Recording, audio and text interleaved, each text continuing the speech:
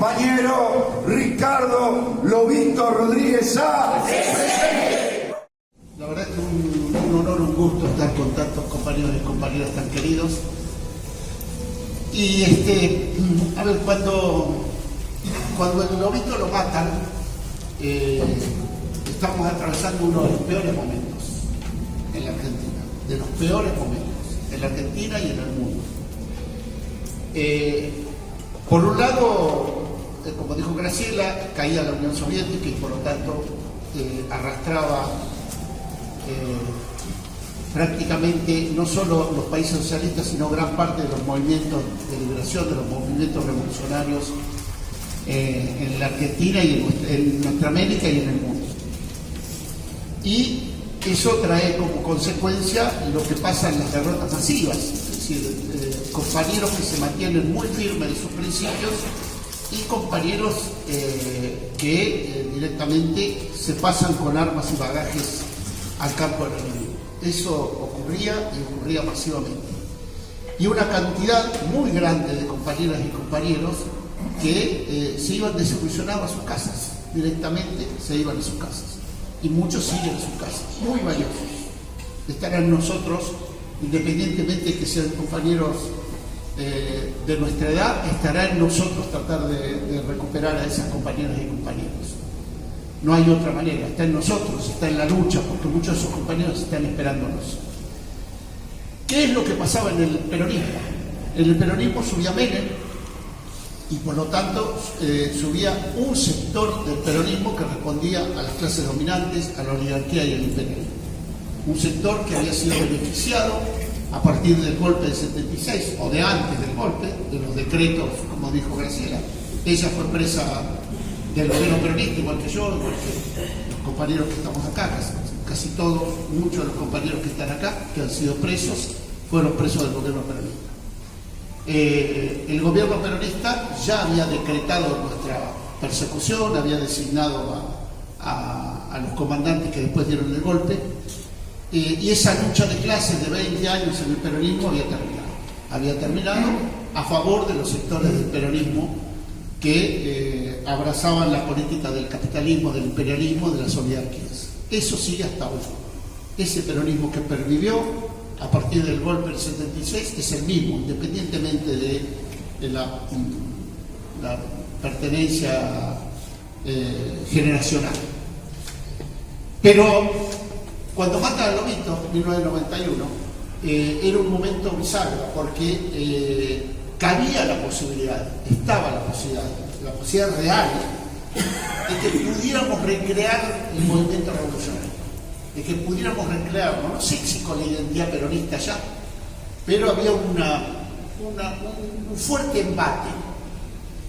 Me preguntaba no sé quién hacía poco, Pancho creo, sobre la movilización, vos me preguntabas, ¿no, Pancho? La marcha de Atocha el 26 de julio del 89. Claro, la marcha de Antorcha del 89, recuerdo que fue muy grande, una marcha de Antorcha que hicimos el 26 de julio, el aniversario de la muerte de Evita, y prácticamente todo lo que era, digamos, el montonerismo que no se resignaba a este nuevo statu quo, al gobierno y a esta nueva aparición que irrumpía dominando el peronismo con proyectos proimperialistas, que nos habíamos dado cita ahí. Casi en algunos casos coordinadamente y en otros casos sin coordinar, casi como salvajemente. Habíamos hecho esa convocatoria y nos encontramos ahí. Y casualmente éramos mucho más de lo que pensábamos. En esa marcha éramos muchísimo más de lo que pensábamos. Y junto con el Lobito, que estábamos algunos de nosotros, que estamos acá, estamos Pancho, estaba Jorge Reina, había varios compañeros que habíamos decidido, medio juramentado, medio por la vía de los hechos, no porque nos hayamos sentado a elaborar un documento acabado o un mamotreto, por la vía de los hechos, porque nos empujaba la situación. Y empezamos a delinear a partir de esa marcha de antorchas, empezamos a delinear la posibilidad de unificarnos y de empezar a ser actores en esa situación, obviamente actores ni siquiera secundarios, qué sé yo, aguateros en un partido del ascenso, pero como todos estamos acostumbrados, viejos montoneros, con mucha voluntad, estamos acostumbrados a los golpes, a las derrotas, todavía no nos había calado tan hondo la derrota como lo vimos después del menemismo. Me refiero a que nos había calado políticamente. Y entonces a partir de ahí se inició un proceso, 89-90, que parecía que podíamos de nuevo unificar y unificarnos a su vez con otros sectores que, aunque no habían venido del peronismo, venían de las izquierdas revolucionarias, compañeros que habían estado presos. Eso era... Bueno, ¿quién fue el que dio primero eso? Porque eso es importante, sobre todo para los chicos más jóvenes y sobre todo para los compañeros y compañeras más jóvenes que militan, que están en este momento construyendo organización, construyendo proyectos políticos, independientemente del proyecto que tengan. ¿Quién vio primero eso? Y lo vio el enemigo. Eso lo vio claramente el enemigo. Ni siquiera estoy diciendo que lo vio el menemismo, lo vio el enemigo estratégico. Lo vieron las agencias extranjeras de seguridad, lo vieron además los enemigos que habían sido cooptados por el proyecto oligárquico imperialista. Todos esos vieron ese proyecto, ese proceso, vieron ese intento. Lo vieron claramente, dijeron, otra vez los montoneros, aunque no se llamen montoneros, aunque no sean peronistas. Pero eso estaba claro que apuntaba. ¿A qué apuntaba? Y esta es la segunda cuestión. Apuntaba a la posibilidad de organizarse para volver a disputar el poder. Estamos hablando del poder, no el poder popular, el poder contrapoder, qué sé yo, esas cosas que son de ahora. El poder real, sacar a los que están y poner al nuestro. Es el poder, no hay otra manera. Pasaron ahora 40 años y se habla de poder contrapoder, poder de trabajo, qué sé yo. El poder real. El poder que durante 100 años nos enseñaron los revolucionarios anteriores a nosotros, que la lucha es por el poder. No hay manera de cambiar nada, no hay manera de cambiar la economía, no hay manera de cambiar la política, de cambiar el patriarcalismo, el machismo, si no es desde el poder real, el poder de sacar a los que están y poner a los nuestros. Ese es el poder.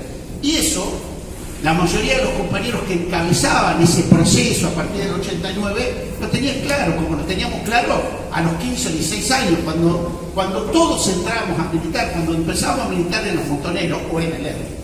No había que explicarle a un chico de 6 años que acá se venía a disputar el poder, lo sabía casi hasta por ADN, no sé.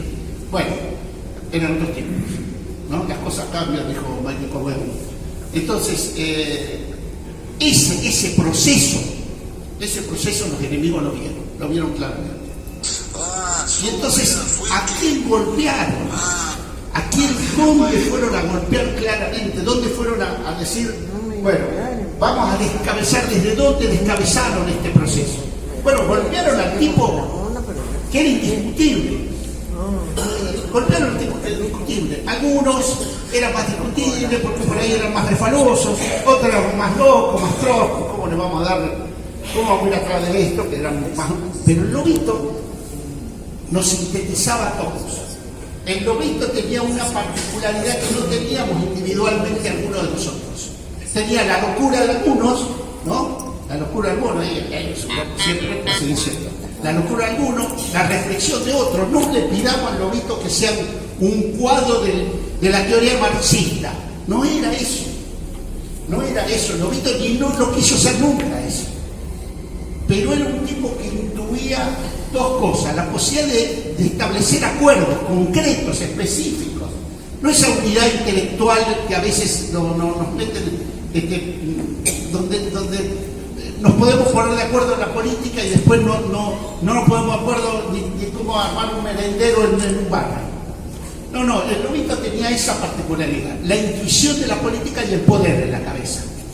Y además tenía la autoridad moral que algunos de los demás, por H o por B, todos, uno era un más tuerto, el otro más rengo de una pata, el otro rengo de otra, pero el lobito reunía esas características. Y el enemigo detectó eso, que ni siquiera nosotros lo detectamos. Detectó esa porque los demás, los que medio aportábamos a ese proceso, que el lobito de alguna manera eran, como ahora se llaman, referentes, ¿no? Ahora se dice referente, que antes se decía jefe, pero bueno, ahora se dice referente. Entonces, el lobito tenía eso, era un tipo que se erigía en una especie de faro de todos nosotros y íbamos ahí. Entonces el enemigo detectó eso. Para cuando el lobito lo matan, yo ya estaba acá. Reconozco que el lobito fue el primero que me dijo: negro, vas a encarnar, si vas para ese lado vas a encarnar, te lo digo, espera un poquito y esto que vas a hacer lo hacemos entre todos. No, el lobito vas a encarnar, efectivamente. Al poco tiempo, ahí nomás, creo, Reina termina con el tiro en la pata. O sea, Reina afuera. Junto con el lobito, lo perdemos a Pancho. O sea que en el año 1991, desde el principio del 91 hasta fin de ese año, nos perdimos a todos. Ya había un proyecto anterior que pretendía lo mismo que el lobito, que era un proyecto donde yo militaba, que era la 26 de julio, ya había tenido una baja importante, que era Osvaldo Olmedo, el hermano de aquel mítico comandante Carlos Olmedo de la FARC, lo cual hizo estallar la 26 de julio. Un sector mayoritario se fue al peronismo, donde hoy está, con todos los gobiernos que vinieron, y un sector minoritario que nos quedamos, que nos acercamos justamente a qué, al lobito. Entonces, esa situación es importante porque nos da enseñanzas. El lobito, con su muerte, con su sacrificio, nos aporta enseñanzas. Algunas enseñanzas ya no las había dado en vida, ¿no? Ya nos había dado no una señal, sino una manifestación expresa de lo que teníamos que hacer y no teníamos que hacer. Y los que no hicimos lo que el lobito nos dijo, o hicimos lo que el lobito nos dijo que no había que hacer, fuimos de culo. Fuimos de culo. En un año fuimos de culo. Entonces, eso es importante, esa situación es importante. El propio lobito, que creo que nunca lo vi sin una 9 milímetros en ninguna reunión, en la reunión donde yo estuve, porque no me vengan con la democracia en época de Menem, o en época de Alfonsín, o ahora. El propio lobito era un tipo que se cuidaba, que hacía un esfuerzo por cuidarse, con la salvedad de que tenía un apellido prestigioso en el peronismo y que le hacía presuponer que por ese apellido probablemente sea el último al que puedan tocar, cuando el enemigo en realidad lo teníamos claro, fue el primero que tocaron, fue el primero, o de los primeros. Entonces, ¿a dónde golpea el enemigo? ¿A dónde golpea el enemigo? Más allá del problema de los medios y los métodos de cómo conseguíamos los fondos en esa época. Los fondos no se sacaban de los planes, del Ministerio de Desarrollo, los fondos habían choreado. ¿Sí? ¿De dónde se sacaban los fondos? ¿De dónde sacaron los fondos los revolucionarios en todos los años? Había que ir a chorear los fondos. Eso implicaba riesgo de vida o de libertad. Cuando el lobito muere ya lo habíamos perdido en medio. Al poco tiempo, en una situación similar, lo perdimos al gallego Iglesias. O sea, la situación era así. La situación era así. Hoy es distinto, por eso hoy se habla de contrapoder, de referentes, de eso, de flash, de cosas que en esa época no se habló. Entonces, ni se pensaba. Pero volviendo al tema específico, independientemente de lo que estuviera haciendo el lobito en el momento en que lo matan, la cuestión es que se estaba gestando la posibilidad de disputar el poder. Y eso fue abortado por décadas, porque eso generó un nivel alto de dispersión. La muerte del lobito generó un nivel tan alto de dispersión, ¿no? Nadie quería quedar pegado al lobito. Yo me acuerdo, yo salí de la cana al poco tiempo, un año y medio después, y nadie quería quedar pegado, no podíamos hacer el homenaje. Estos homenajes que le hacemos casi todos los años no se los podía hacer. no había manera. La gente huía a la sola mención del nombre del lobito. En definitiva, el lobito nos enseñó que hay algo que no se puede dejar de discutir, que es la lucha por el poder. Después se verá la identidad con que se lleva adelante esa lucha, los métodos, los medios con que se lleva adelante y las formas con que se alcanzan los acuerdos concretos para que esa lucha se lleve adelante. Y eso es lo que le tenemos que agradecer. Gracias.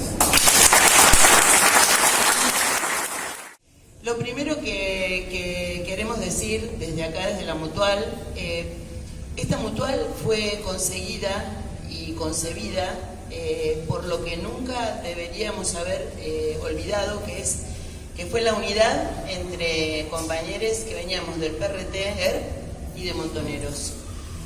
Ambos, de los dos grupos, luchamos para que este edificio se pudiera usar para lo que siempre se usó, que fue con las puertas abiertas para todo el pueblo.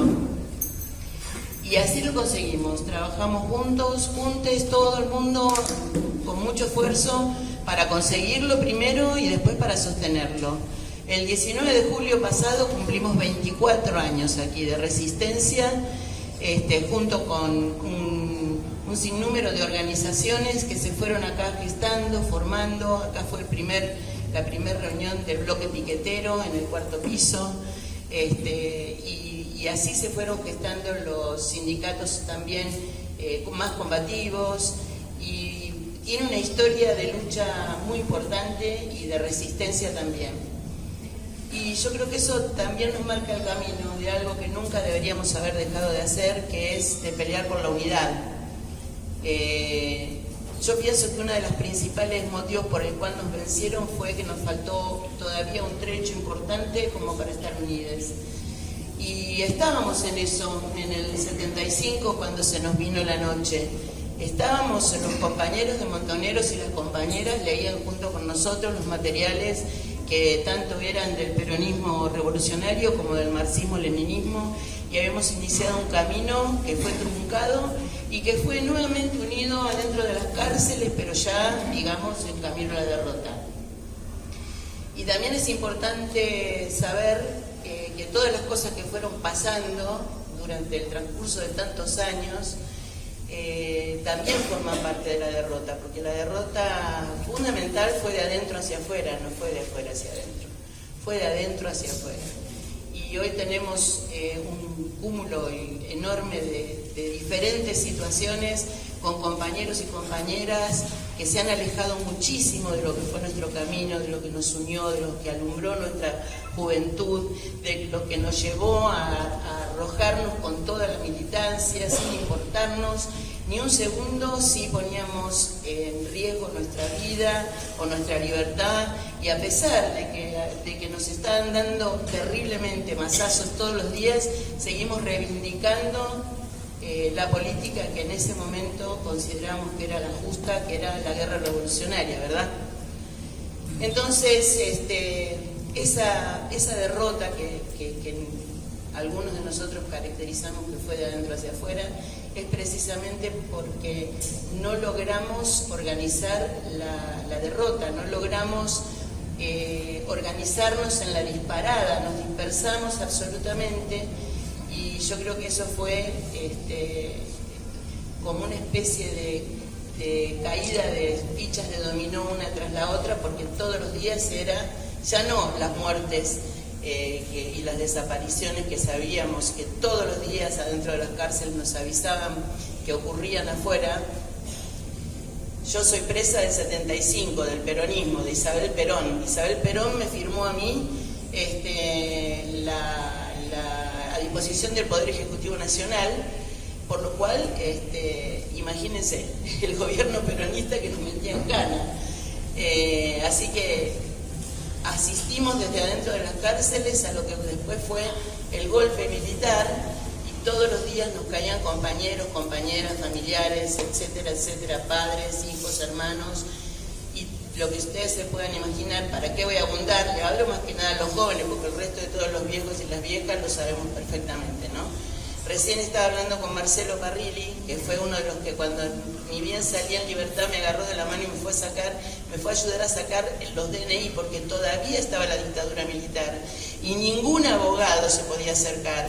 Y Marcelo fue el que nos llevó a varios compañeros y compañeras a sacarnos los documentos, arriesgándose, porque el que era abogado en ese momento de un subversivo, bueno, era boleta, y todos lo sabemos.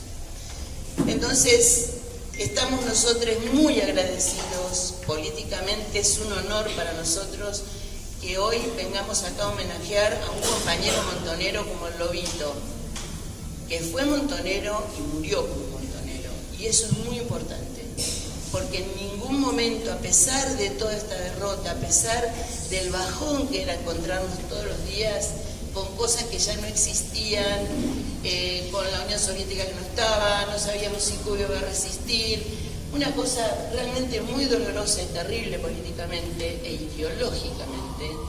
El Lobito, junto con los otros compañeros, logró vencer, saltar ese cerco y seguir apostando por lo que nunca debemos dejar de apostar, que es la revolución. No hay manera. Ya se demostró de muchas formas qué significa estar con los pies adentro del plato, como decían los compañeros peronistas, les voy a copiar la frase, y estar con los pies dentro del plato nos lleva a esta situación, en este momento. No hay una democracia buena y una democracia mala con la burguesía y el capitalismo. No existe un capitalismo bueno, ni tampoco hay líderes que son recontraburguesas y son líderes. No, son burguesas. Y no hay vuelta, y van a pelear para su clase. Y nunca va a terminar la guerra entre las clases, la lucha entre las clases, porque eso es lo natural y es lo que lleva la vida y no va a parar por más que se quiera hacer un pacto o decir que se hace un pacto. Siempre es en detrimento de los trabajadores y las trabajadoras.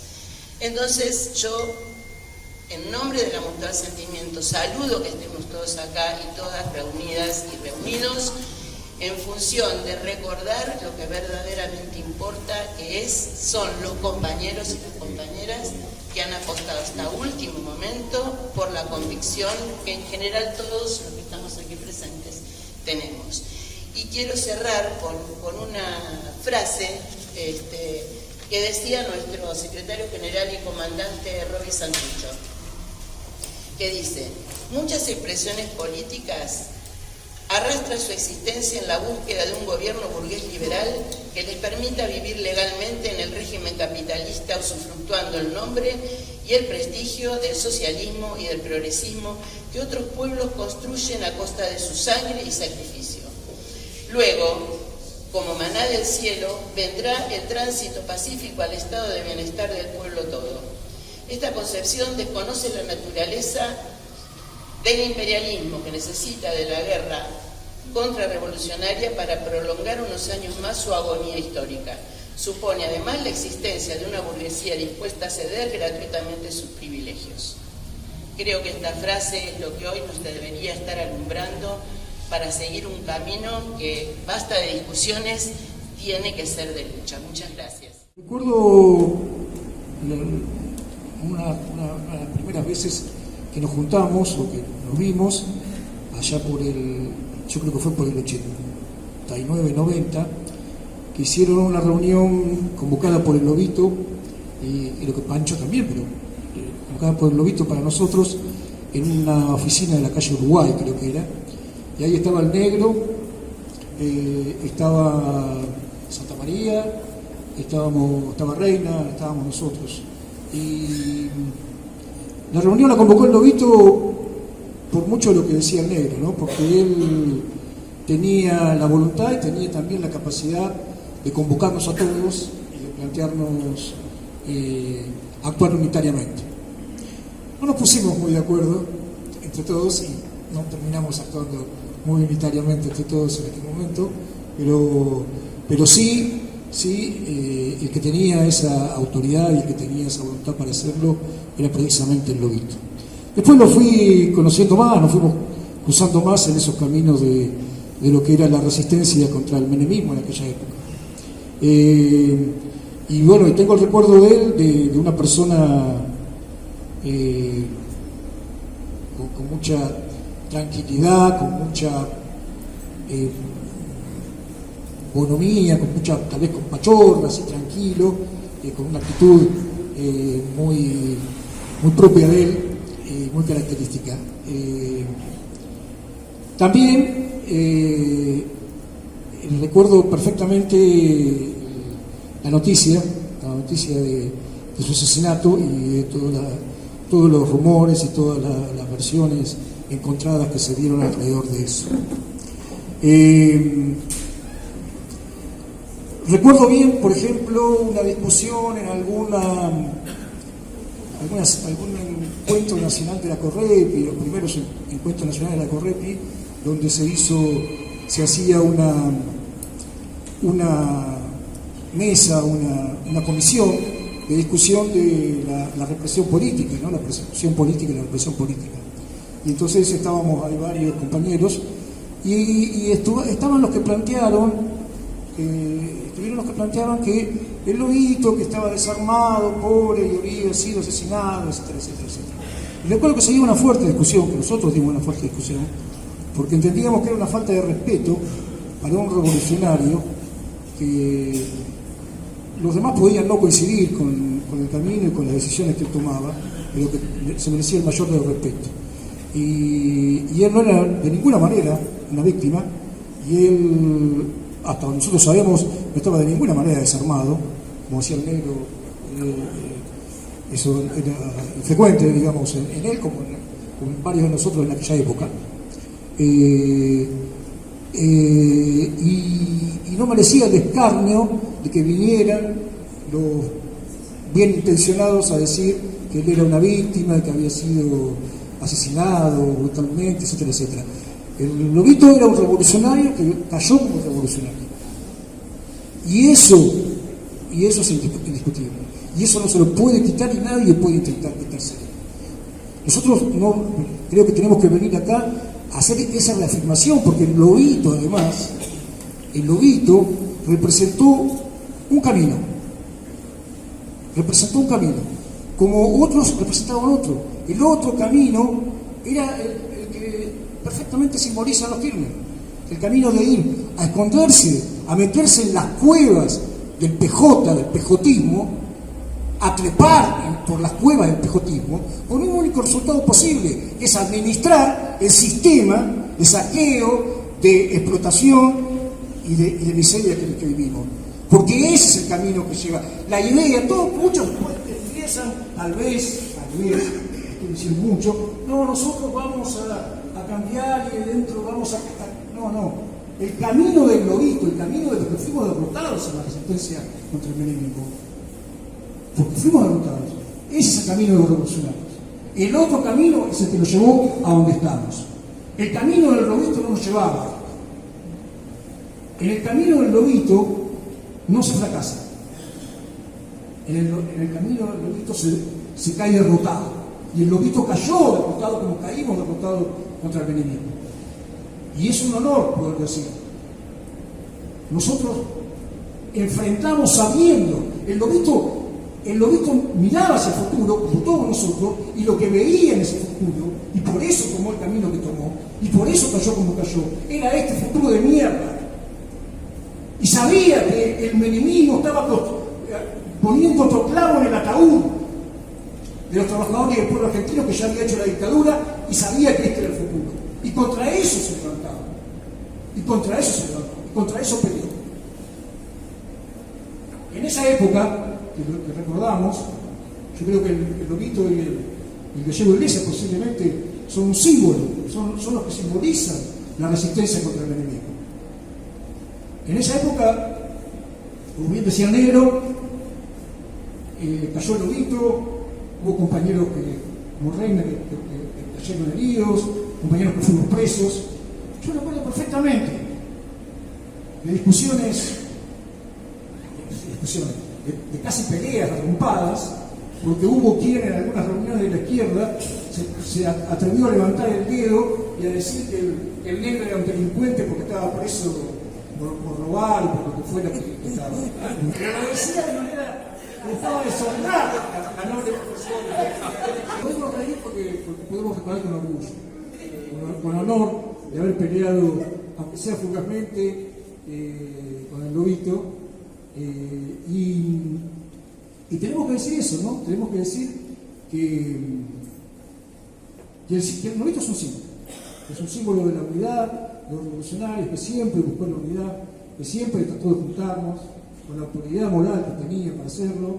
Podemos decir que es un símbolo de quienes decidieron tomar un camino de enfrentamiento frontal contra lo que significaba el menemismo y lo que significa hoy para nosotros la etapa del menemismo, las consecuencias que ha tenido junto con la dictadura, y que muchas veces se deja de lado interesadamente lo que significó para nuestro país el menemismo. También es parte de un debate, ¿no? Que se ha dado mucho. En toda aquella época se importó como suele suceder en Argentina, una visión foránea de las cuestiones, y a partir de la derrota que mencionaban los compañeros, la compañera y el negro antes, se empezó a imponer la idea de que el enemigo a nosotros nos gobierna con la hegemonía, ¿no? La hegemonía. El enemigo tiene hegemonía. Lo que necesitamos es construir una contrahegemonía.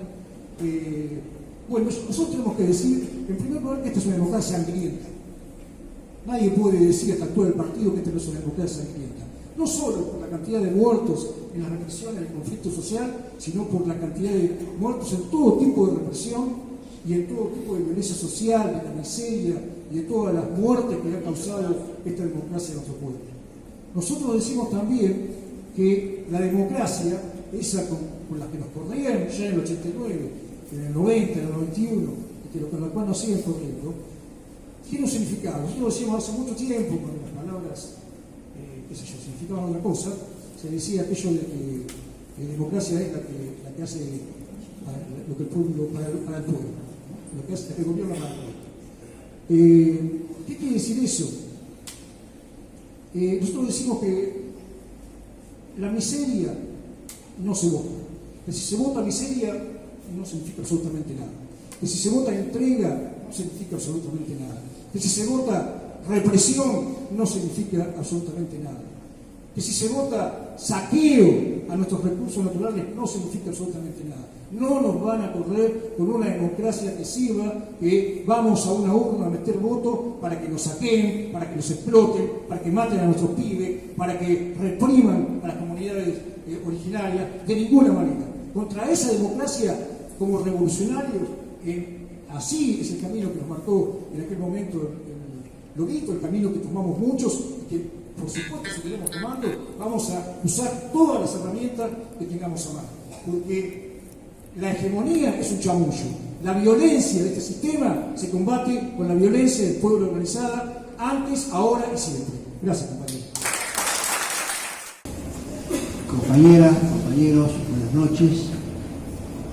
Muchísimas gracias por estar acá. Creo que es una vieja deuda rendir este homenaje al lobito. Al lobito, a quien primero conocí por referencias que llegaban desde la cárcel, porque desde ahí llegaban noticias de alguien, de un pibe que, a pesar de que era menor que los cuadros más antiguos de la organización, tenía una madurez que llamaba la atención y lograba un respeto que pocos conseguían. Y si desde allí, desde la cárcel, de alguna manera fue gestando su propio peso en la organización. Ese mismo lobito que tenía arraigada la idea del poder, porque formaba parte de su existencia, de su vida familiar. Una familia que se arraiga ya en la lucha por la independencia, en la guerra patriótica, en las propias tropas de San Martín, y que siguió a lo largo del tiempo, y que él solía comentar de cómo se había juramentado en esa familia de durar 50 años en el poder de la provincia, cosa que el tiempo está demostrando casi como que ya estamos en esos tiempos. Es decir, tenía entonces una percepción del poder que no la tenemos todos por razones naturales, obvias. Ese es un aspecto del lobito. Pero lo más importante desde mi punto de vista que hoy quería reflexionar es que yo creo que significa, por lo menos desde lo personal, lo siento así, una especie de partición de aguas en la historia de Montoneros. Y diría más, en la historia del peronismo.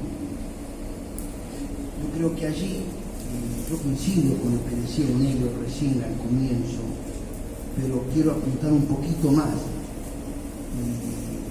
La discusión que estaba dando vuelta y que pasaron 30 y pico años y sigue dando vuelta en la sociedad, cada vez más clara, más rotunda, pero sigue dando vuelta, es si lo que debe primar, aún para los revolucionarios, es la unidad del peronismo u otra cosa. Y esto no es moco de pavo, porque esa misma unidad del peronismo fue la que sirvió años antes, en la década de los 60 y los 70, para poder consolidar un poder. Y desde allí, ¿no es cierto?, construir alternativas y perspectivas de transformación. Esa unidad fue cuestionada años después por muchos. Había sido cuestionada desde antes, qué sé yo, algunos textos del viejo NRP, algunas cosas del propio Q lo reflejan así.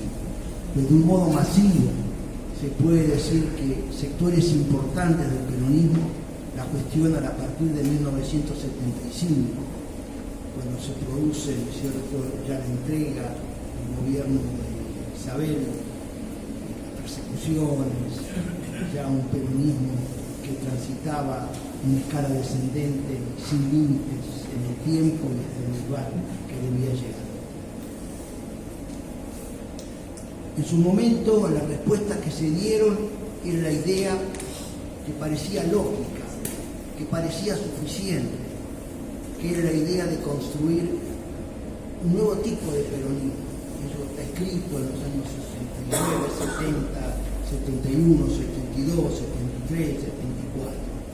Y que era la idea de tomar al movimiento popular, la clase obrera y los trabajadores, no como columna vertebral, sino como cabeza del peronismo unido, pero como cabeza del peronismo unido, ambos conceptos. Y evidentemente eso significó una dura lucha interna, que tuvo su punto más culminante en el 75 y después el propio golpe de Estado en el 76. Y se prolongó por algún tiempo más ese debate o esa discusión. Y fueron justamente en esa transición que contaba el negro hoy, es que se produce, me parece, la inflexión de un modo definitivo en este proceso.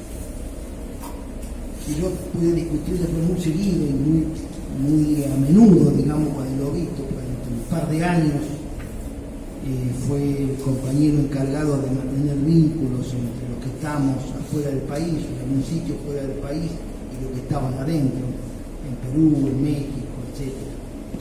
Entonces el debate con él era casi parte de la práctica cotidiana, de las necesidades que estábamos debatiendo. Y en ese debate, por lo menos para mí, se fue forjando esta idea, y el Lobito yo creo que era una cabeza de esa idea, en el sentido de que el peronismo había cumplido un ciclo en la historia argentina, que por largo tiempo más seguramente no habría transformación revolucionaria sin el peronismo, pero tampoco habría transformación revolucionaria desde el peronismo organizado. Es decir, que ese peronismo ya había cumplido ese ciclo y que pasaba a ser, como estructuras partidarias, un lastre en la historia. Ese fue el debate, que duró varios años, momentos diferentes. Algunos se había agotado ya ese debate hace tiempo y habían optado por un camino distinto, donde no hay unidad del peronismo. Otros, diría que en un número importante, lo hicieron en el 75, cuando se quebró definitivamente esa perspectiva de transformación desde el gobierno peronista. Y otros lo fuimos recorriendo después, ¿no?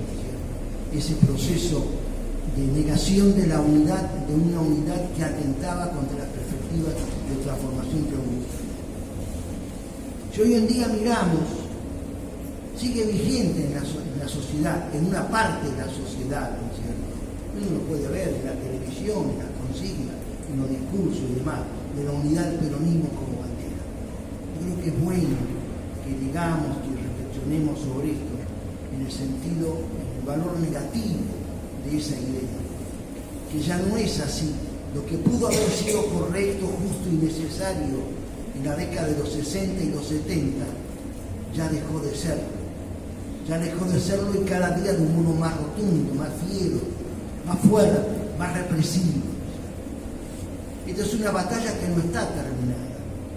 Es una batalla que tiene que recorrer todavía un largo periodo. Cada cual, cada compañero, si le preguntamos cómo recorrió ese ciclo, seguramente encontrará fechas distintas. Y está bien que sea así. Cada uno incorpora la realidad en su modo de ser, en su modo de vivir. Lo que sí yo creo que es valioso, y lo debo señalar y reconocer, el Lobito fue quien, por lo menos en lo personal, fue de los primeros que más fuertemente lo planteó.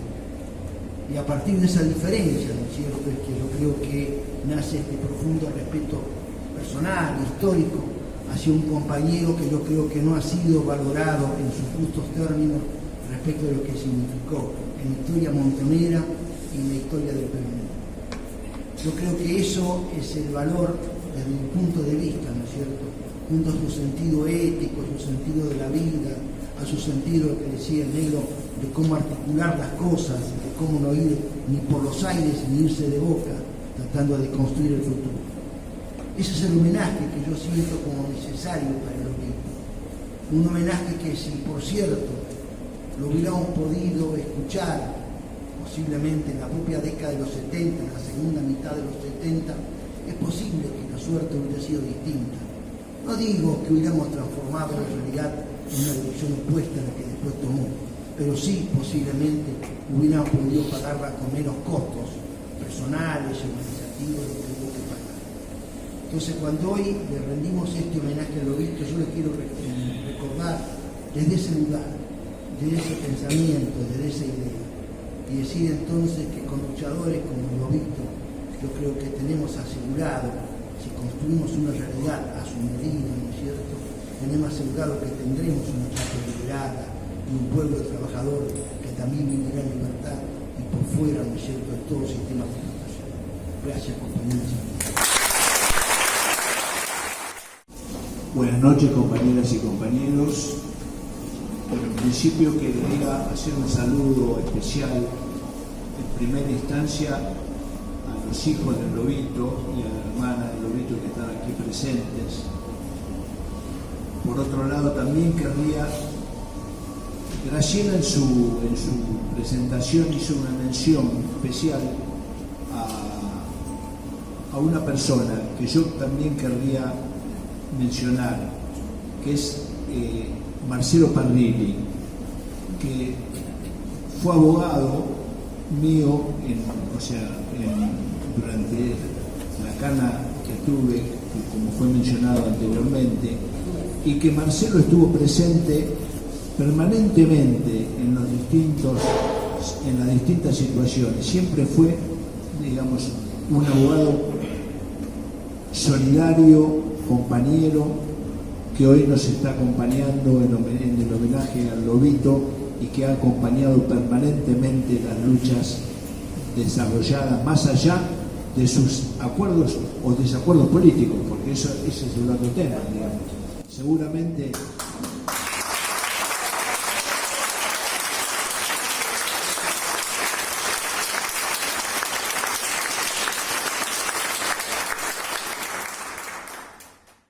también quería saludar la presencia de Silvia Sarabia, que de Barrios de Pie, de los Barrios de Pie Pulenta.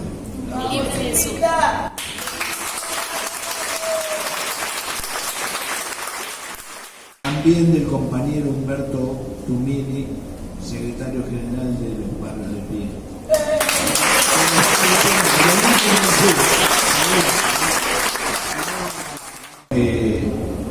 Yo conocí al Lobito en el PR y realmente establecimos a partir de ahí una relación tanto política como personal muy fuerte. Y lo acompañé hasta su último suspiro. Realmente, tal como fue pintado acá, el lobito respondió a aquella máxima planteada por el Che acerca de que había que endurecerse sin perder la ternura. Y realmente eso lo pinta al lobito de cuerpo entero. Era una persona de una gran ternura, una gran sensibilidad. O sea, yo recordaba, el otro día le comentaba una pequeña, tonta anécdota, pero en una oportunidad fuimos a la cancha, él era hincha de River, y fuimos a ver un partido de River San Lorenzo a la cancha de River. Y fuimos, bueno, por supuesto River nos ganó 4-0, como suele suceder. Pero él sufría más que yo con los goles que hacía cada gol. El primer gol era simpático, me hizo un codazo así como diciendo, bueno, pero ya después cuando empezó, y no nos hicieron 12 de casualidad. Y ese era el lobito, tal cual. Nosotros, como contó el negro, muy tempranamente denunciamos la política del menemismo. El lobito fue un artífice principal del armado de aquella marcha de antorchas que se realizó a 20 días de la asunción del gobierno de Menem. No necesitamos demasiado tiempo, digamos, para darnos cuenta cuáles eran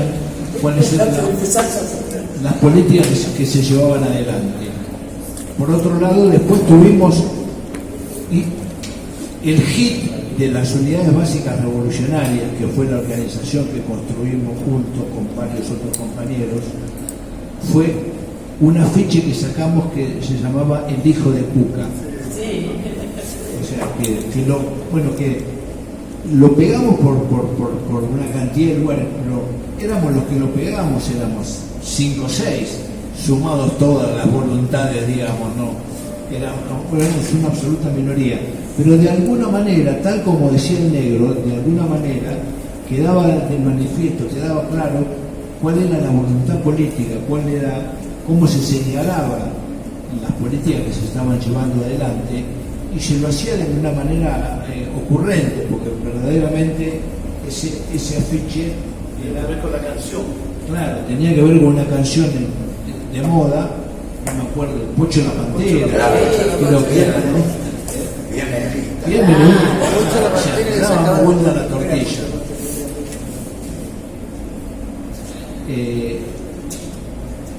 Y esas unidades básicas revolucionarias, cuando mismo Perón, digamos, nos planteábamos en su seno una fuerte discusión acerca del peronismo centralmente. Yo retomaría, digamos, lo que estaba planteando el Pelado recién, porque me parece que es absolutamente fundamental, digamos, la observación acerca del agotamiento del peronismo como instrumento de transformación de la sociedad argentina. O sea, ya hay sobrados elementos para sostener esta hipótesis que viene en la discusión ya hace mucho tiempo y en las prácticas políticas del peronismo muy concretamente. Hoy es difícil distinguir, digamos, cuáles son las personas que realizan el ajuste o las políticas de acuerdo con el Fondo Monetario Internacional, etcétera, etcétera. Entonces, esta es una cuestión absolutamente estratégica y que es una discusión fundamental que tenemos que dar en el seno de la izquierda, peronista, no peronista, porque uno puede inclusive hasta reivindicar la identidad peronista en términos históricos. Ahora, una cosa es reivindicar la identidad del peronismo como peronismo revolucionario en términos que eso expresa una trayectoria muy concreta, experiencias fundamentales como Montoneros, y otra cosa es creer en la vigencia, digamos, del peronismo como instrumento de transformación. A esta altura del partido hay elementos sobrados como para poner en discusión esta hipótesis, y creemos que este agotamiento es un elemento central para eso, que en la medida en que no se asuma, es un elemento fundamental para distraer la energía de muchos jóvenes, sobre todo, que tienen una expectativa en alguna de las expresiones del peronismo.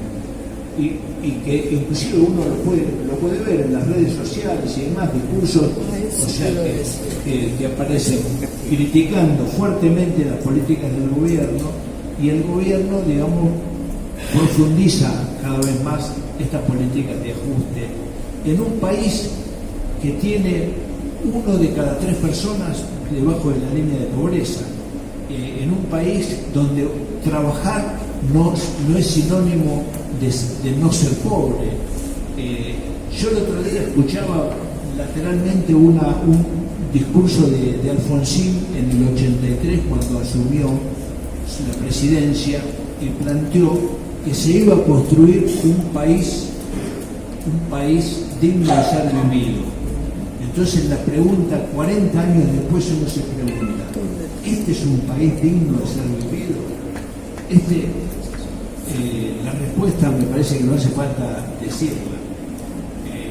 Realmente, y esto habla de las limitaciones profundas de esta democracia, tal cual como plantearon algunos compañeros que precedieron el uso de la palabra. Estas son las discusiones indispensables que tenemos que dar en la militancia, cómo reformulamos políticas y cómo generamos mecanismos de confluencia complejos, arduos, porque venimos de experiencias similares en algún sentido, pero diferentes en otros, pero es indispensable una política de confluencia de los luchadores.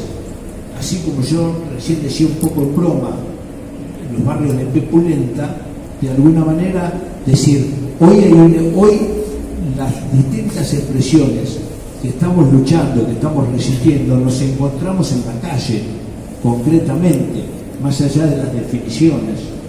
Puede haber definiciones distintas, sin embargo, en los momentos, y bueno, y ese es el camino de la resistencia, el camino de la lucha. Yo quisiera terminar estas palabras leyendo unas pequeñísimas líneas que yo escribí, se la mandé a Nicolás, y que dice lo siguiente: en algo andaba el Lobito Rodríguez Sá. Hace 31 años era asesinado Ricardo Rodríguez Sá, el Lobito. No faltó quien dijera que en algo andaría, y efectivamente en algo andaba, de la misma manera que los miles de compañeros desaparecidos y caídos en la lucha por la liberación nacional y social. Que en algo andábamos junto a los trabajadores que realizaban una huelga, andábamos en todas las luchas del pueblo argentino contra las dictaduras y contra todas las injusticias, gobernara quien gobernase. Andábamos con todos los compañeros de la resistencia histórica por la vuelta de Perón a la patria. Andábamos con las banderas montoneras luchando por una patria justa, libre y soberana. Para nosotros, la patria socialista. El Lobito fue muerto por luchar, por no claudicar, por enfrentar la traición menemista y la tibieza de un peronismo claudicante. El Lobito estuvo siempre junto a los luchadores y no lo amilanó ni la cárcel que sobrellevó con hidalguía, ni las flaquezas de un movimiento que no está ni estuvo muchas veces después de la histórica victoria del 73 a la altura de las circunstancias. Estamos lejos de honrar la memoria del Lobito y de todos los compañeros caídos en una Argentina con una pobreza mayor al 40% de la población y con carencias de todo tipo. A 31 años de su injusta muerte, honramos su memoria con todo el dolor y el afecto que él supo dejar como legado de su hermosa vida. Algún día su pueblo recogerá su nombre y el de todos los héroes y mártires y lo llevará a la victoria. Ricardo Lobito Rodríguez Sá, hasta la victoria siempre.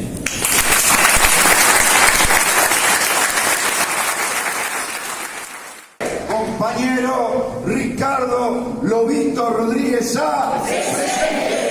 Compañero Ricardo Lobito Rodríguez Sá.